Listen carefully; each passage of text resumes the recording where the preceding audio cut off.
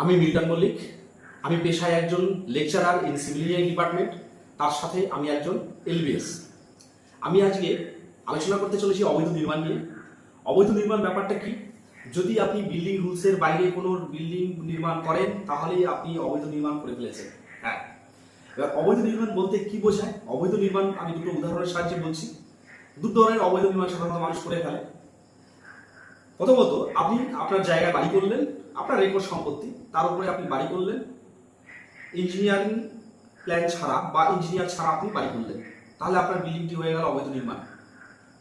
আবার আপনি ধরুন বিল্ডিং প্ল্যান করেছেন ইঞ্জিনিয়ার দিয়ে, কিন্তু বিল্ডিং প্ল্যানে যে পরিমাণ ছাড়ের উল্লেখ রয়েছে সেই পরিমাণ ছাড় আপনি প্র্যাকটিক্যালি আপনার বিল্ডিংয়ে করেননি, তাহলে কিন্তু হয়ে গেল আপনার বিল্ডিংটি অবৈধ নির্মাণ। এখন এই বিল্ডিং ড্রয়িংয়ে কীরকম ছাড়ের পরিমাণ দেওয়া থাকে? ছাড়ের পরিমাণটি সাধারণত এরকম হয়ে থাকে, অর্থাৎ বিল্ডিংয়ের যেটা ফ্রন্ট সাইড সেখানে 4 ফিট, বিল্ডিংয়ের বাদিক ডান দিক সাধারণত 4 ফিট করেও হয়ে থাকে 1.2 মিটার, অর্থাৎ বিল্ডিংটির 3টে সাইড অর্থাৎ বাদিক ডান দিক আর ফ্রন্ট সাইড 4 ফিট করে মিনিমাম ছাড়তে হয়। এটা আমি সাধারণত দুতলা বাড়ির ক্ষেত্রে বলছি। 3তলা বা তার বেশি হাইরাইজ বিল্ডিংয়ের ক্ষেত্রে এই ছাড়ের পরিমাণটা আরেকটু বেশি হবে। আচ্ছা, আর পেছন দিকে ছাড়তে হবে হলো 2.5 মিটার বা মোটামুটি 8 ফিটের কাছাকাছি। তাহলে ছাড়ের পরিমাণটা আমি আরেকবার সংক্ষেপে বলে দিই। ফ্রন্ট সাইডে 4 ফিট, বাদিক ডান দিক 4 ফিট, আর পিছন সাইডে 2.5 মিটার বা 8 ফিট, অর্থাৎ 4, 3 দিকে 4 ফিট, পেছন সাইডে 8 ফিট। এখন এই যে আমাদের যে নতুন যে বিল্ডিং রুলস, সেই বিল্ডিং রুলসে আপনাকে কি করতে হবে? এলবিএস এর কাছে যেতে হবে। সেই এলবিএস এর কাছে গেলে এলবিএস আপনাকে আপনার জমির সমস্ত পেপারস নিয়ে একটি drawing sheet, approval drawing sheet আপনাকে প্রোভাইড করবে, যেটি দেখতে অনেকটা এইরকম হবে। এলবিএস আপনাকে এইরকম ড্রয়িং শিট 3টে দেবে, যেটি আপনার পরবর্তীতে কাজে লাগবে বিভিন্ন লোন পারপাস বা আপনার ডকুমেন্টেশন পারপাস। এবার এইখানে যে পরিমাণ ছাড়ের উল্লেখ রয়েছে ঠিক সেই পরিমাণ ছাড়ই কিন্তু আপনাকে দেওয়া হবে। এবার আলোচনা করা যায়, আপনারা যারা এই বিল্ডিং প্ল্যান সম্পর্কে ওয়াকিবহাল নন তাদের জন্য বলি, আপনাকে বৈধভাবে বিল্ডিং নির্মাণ করতে হলে প্রথমেই আপনাকে যেতে হবে একজন আপনার জানা বা আপনার লোকালে যেসব এলবিএসরা রয়েছে, যে সমস্ত এলবিএস বলতে বোঝানো হচ্ছে যে লাইসেন্স বিল্ডিং সার্ভেয়ার, অর্থাৎ যাদের বৈধ লাইসেন্স রয়েছে তাদের কাছে যেতে হবে।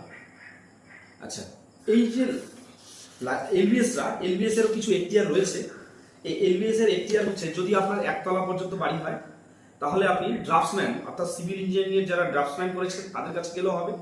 যদি আপনার বিল্ডিং এর হাইট 11 মিটারের মধ্যে হয় তাহলে আপনি একজন ডিপ্লোমা সিভিল ইঞ্জিনিয়ারিং এর হোল্ডারের কাছে গেলেও হবে। 11 মিটার মানে মোটামুটি 3তলা বাড়ির সমান।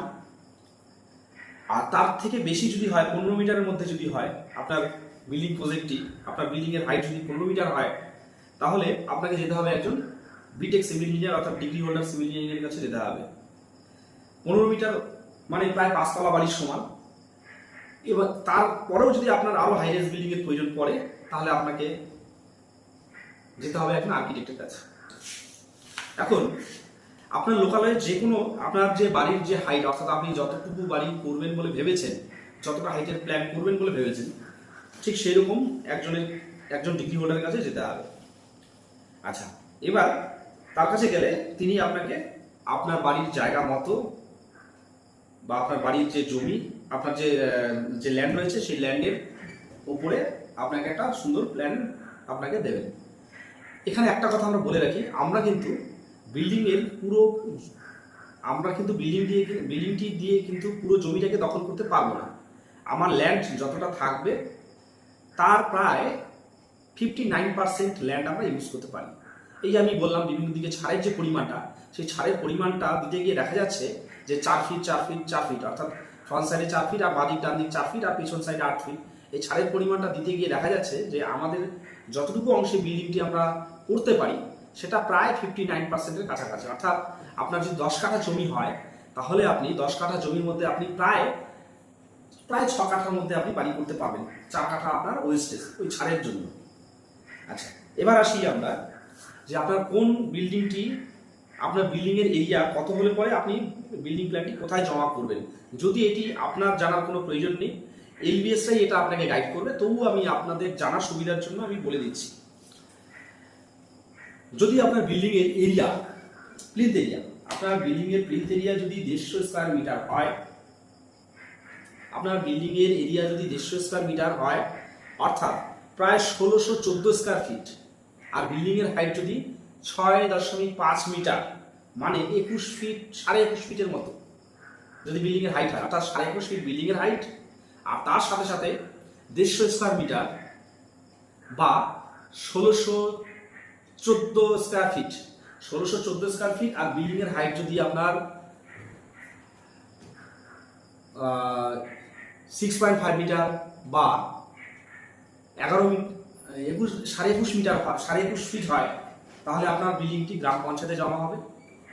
ঠিক একই হাইটের বিল্ডিং, অর্থাৎ 6.5 মিটার হাইটেরই বিল্ডিং, যদি আপনার এরিয়াটা 300 স্কোয়ার মিটার হয়, তবে আপনার বিল্ডিংটি ব্লক অফিসে জমা হবে বা পঞ্চায়েত সমিতিতে জমা হবে। যদি আপনার বিল্ডিংটি 300 স্কোয়ার মিটারের বেশি হয়